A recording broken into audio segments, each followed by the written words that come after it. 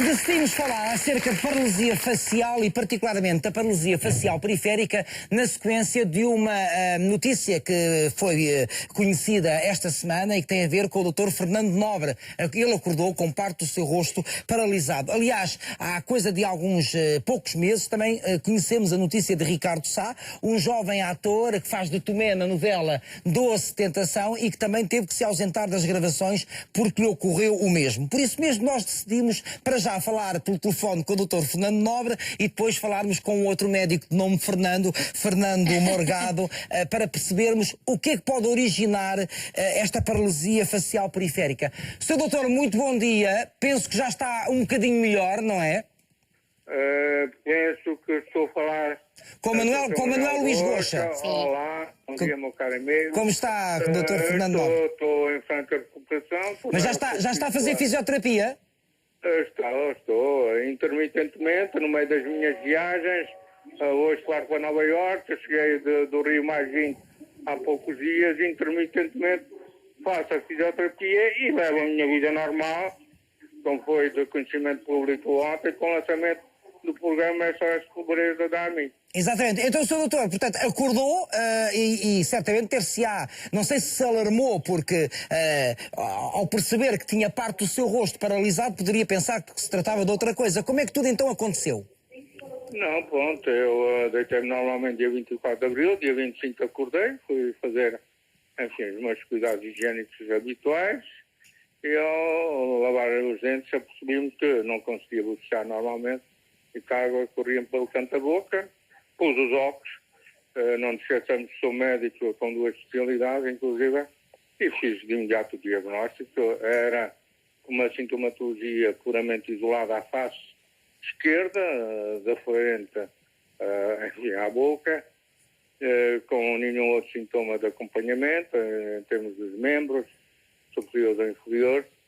Pronto, soube o que tinha de imediato e de imediato comecei a terapêutica adequada, aconselhada nesse caso, os corticoides a forte dose de 10 dias, os antivirais também, e a partir daí, enfim, não mudei uma vírgula da minha vida. Claro. Fui para Moçambique, fui para a França, fui para a China, fui para os Estados Unidos, para o Brasil, mas intermitentemente, sempre que estou em Portugal, faço a fisioterapia e a acupuntura, também com a eletrificação, faço um tratamento de bidiário, de manhã a acupuntura e à tarde a fisioterapia clássica num hospital de Cascais, e depois faço os exercícios que, enfim, a terapeuta me ensinou. E chegou a perceber qual foi a causa? Porque há quem diga agora em termos muito populares que pode ser um golpe de frio, isto depois pode não ter razão de ser.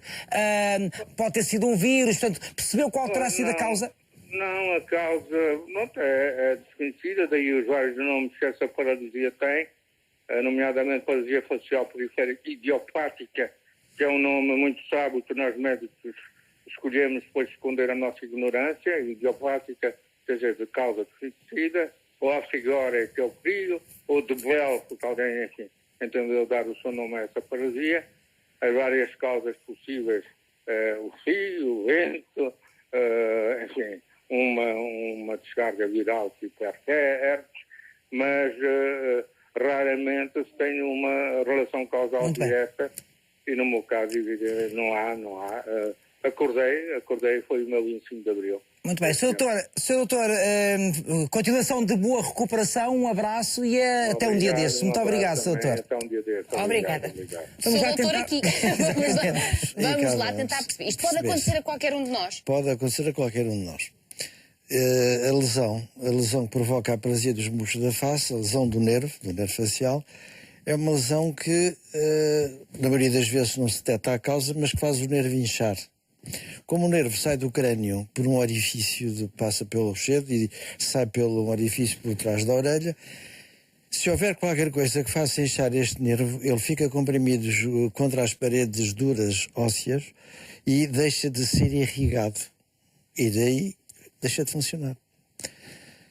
A problemática que se levanta com isto, aliás, que chama-se paralisia facial periférica, para a distinguir da paralisia facial central, que tem outro grau de gravidade, outros problemas que se levantam. Mas eu acho que o doutor explicou ali uma coisa muito bem, que é, ele sendo médico percebeu exatamente aquilo que estava a acontecer, mas a única coisa que estava paralisada era a face, e esta parte da face, porque não tinha qualquer acompanhamento de medo, porque isso já pode indiciar outro tipo de problema, não é? São essas diferenças de sintomatologia que nos permitem dizer com facilidade se é uma paralisia facial periférica ou central.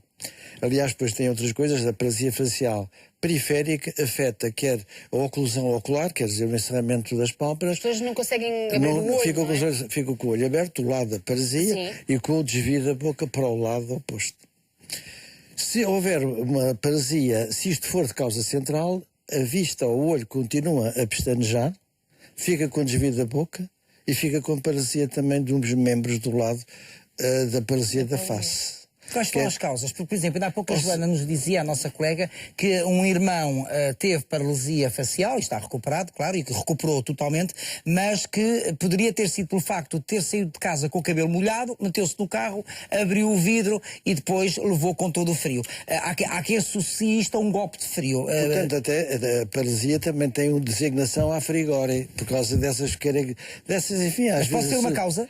Não é provado que o seja. Ou seja, no fundo, isso era referido quando punha a cabeça de fora do comboio ou do carro, etc. E, por uma vez ou outra, alguém com certeza ficou com esta paralisia facial e houve a associação. Talvez a frequência, quando isto acontece, não seja tão simples assim, porque para virem nos livros também paralisia a frigore, há para aí uma associação qualquer. Com o frio, não é? Com o frio. O porquê? Porque é que o nervo fica inchado, o nervo facial que sai por trás da orelha e se ramifica na face, fica inchado, comprimido contra as paredes ósseas do osso, a associação é difícil de estabelecer. Mas não há causas? Ou seja, há várias causas que podem estar associadas à paralisia. Um vírus pode ser. Aliás, há designações que depois tendem a isolar um pouco essas situações em que são virais. O herpes é o mais frequente deles todos. Aparece, portanto, com uma lesão do ouvido, uma lesão com umas vesículas, e essa lesão do ouvido aparece associada à paralisia facial. Chama-se até a paralisia de Ramsay-Hunt, foi a pessoa que descreveu isto. Isto é associado ao herpes zoster, por exemplo. Mas é raro, é muito mais raro. Isto é frequente, estas paralisias faciais. Mas fáceis de recuperar? Podíamos dizer, mas antes de entrar no prognóstico disto e as características que permitem fazer ideia do prognóstico, aquilo que são as outras associações, esta paralisia até pode aparecer também dos dois lados da face ao mesmo tempo. Aí também associado a alguns vírus, nomeadamente a mononucleose infecciosa, o vírus que se adquire com o beijo, por exemplo. E há depois umas meningites e a sarcoidose, etc., que também aparecem às vezes associadas a estas paralisias. Mas, de uma maneira geral, a esmagadora maioria destas situações não se consegue detectar uma causa ou qualquer coisa que se relacione com a paralisia. É isto, a pessoa deitou-se bem, acorda e nota que não mexe bem a boca e que quando vai ou bebe água, deixa cair a água, porque os músculos ficam flácidos, cai a água pelo canto do lábio, e depois, quando vai a ver o espelho, o olho também não fecha bem. Ou seja, portanto, isto tudo junto acaba por ser uma paralisia espetacular em termos estéticos, mas de pouca gravidade em termos reais. Contudo, com uma recuperação que acaba por também demorar algum tempo. Fernando Nobre teve este problema a 25 de abril, já estamos no princípio de julho e ainda está em recuperação. Os fatores, claro que depois talvez citar que os diabéticos têm mais isto, porque tem a ver com a parte circulatória, a microcirculação do nervo nos diabéticos pode ser mais facilmente afetada e pequenas edemas do nervo podem causar mais facilmente. As grávidas também são apontadas, principalmente no terceiro trimestre, com alguma frequência aumentada em relação à população em geral. Mas, agora, o que é fator de mau prognóstico? A idade.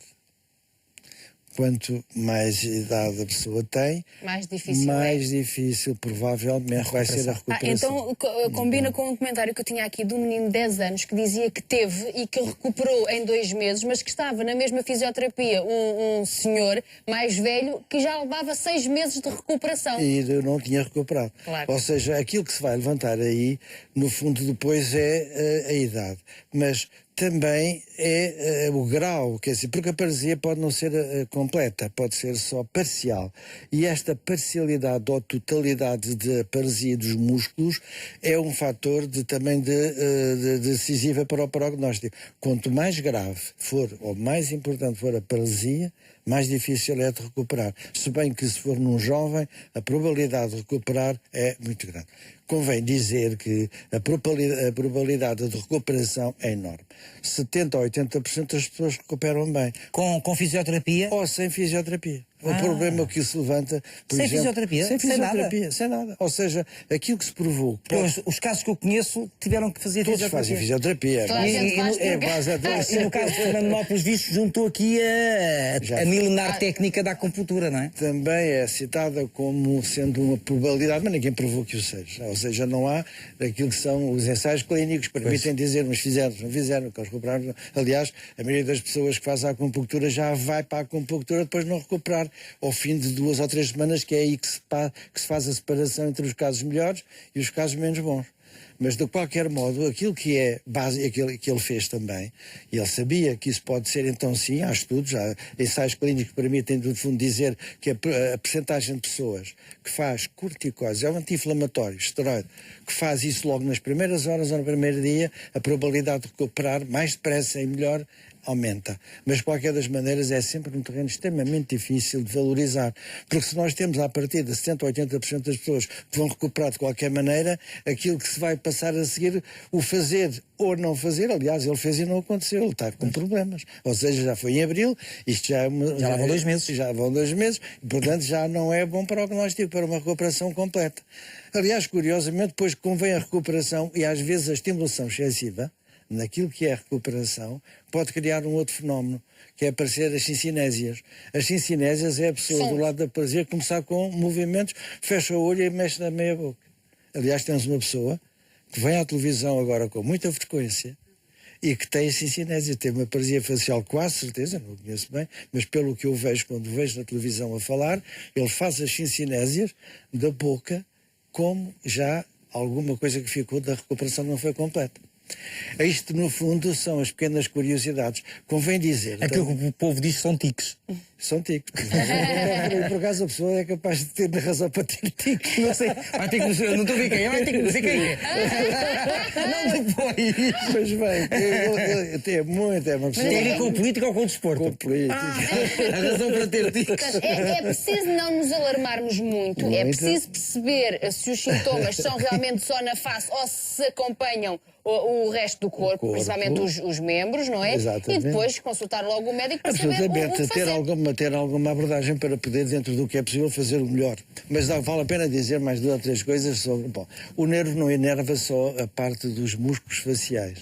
Também tem a ver com a glândula lacrimal.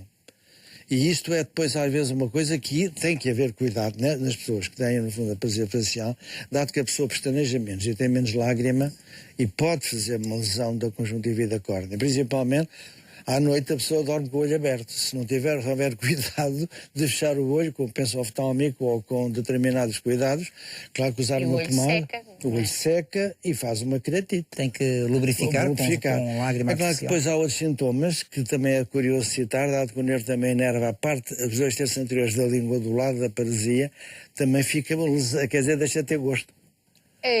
Portanto, há uma sensação de perda de sensibilidade. Mas depois é recuperável. Tudo é recuperável. Tudo é recuperável. Mas, e depois tem uma outra coisa que é o ouvido. Os ossículos do ouvido também têm uma inervação com este nervo. E começa a ouvir? Não, aparece uma sensibilidade muito maior aos sons. Agora imagina, se dava uma coisa dessas com este ouvido. Uma hiperacúsia. Olha, mas temos aqui, Ao teu lado. temos aqui uma senhora. Sensibilidade. A Ana Pereira diz que tem paralisia desde os 20 anos, quando tem 37. Começou com uma dor de ouvidos numa sexta e na segunda tinha paralisia que não recuperou até hoje. Portanto, quer dizer que foi grave. Pode não ter recuperado totalmente e ter recuperado parcialmente. Há pessoas, aliás, há pessoas, até há figuras, infelizmente já não estão, há uma que já não está entre nós, mas há pessoas que eram figuras conhecidas e que percebíamos que tinham passado por uma paralisia. E a Patrícia diz que teve uma paralisia durante cerca de 2 meses e que passou sem qualquer tipo de fisioterapia. A maioria das pessoas é isso que acontece, felizmente. Talvez 2 curiosidades. que é no fundo depois o fenómeno que algumas pessoas ficam, que é uma coisa que se designa por lágrimas de crocodilo. O que é que se passa? Como o nervo também enerva a glândula lacrimal, assim como a pessoa fica com uma enervação que não é normal, porque a regeneração das fibras nervosas vai dar-se para sítios que não deviam ser aqueles, a pessoa fica a mexer o olho e mexe também o lábio sem querer, a pessoa pode fazer uma degustação de qualquer coisa e começa a lacrimejar. Porque há uma estimulação também da glândula lacrimal através de uma inervação que foi menos feliz, foi conduzida para sítios inversos daqueles que devia de acontecer. Eu acho que já esclarecemos as pessoas e mais, não procuramos alarmar, procuramos sim, a partir do momento em que informamos, as pessoas sentem-se mais esclarecidas e certamente não tão alarmadas. Que é o que vamos fazer na última parte, esclarecer o que diz respeito à sua economia e à economia do país. Não sei se já aí disseram, mas independentemente da sua especialidade, é um bom comunicador. É sim, senhora. Muito obrigado. Portanto, pode vir sempre quiser. Muito obrigada e até à próxima. Até já. Até já. Obrigada.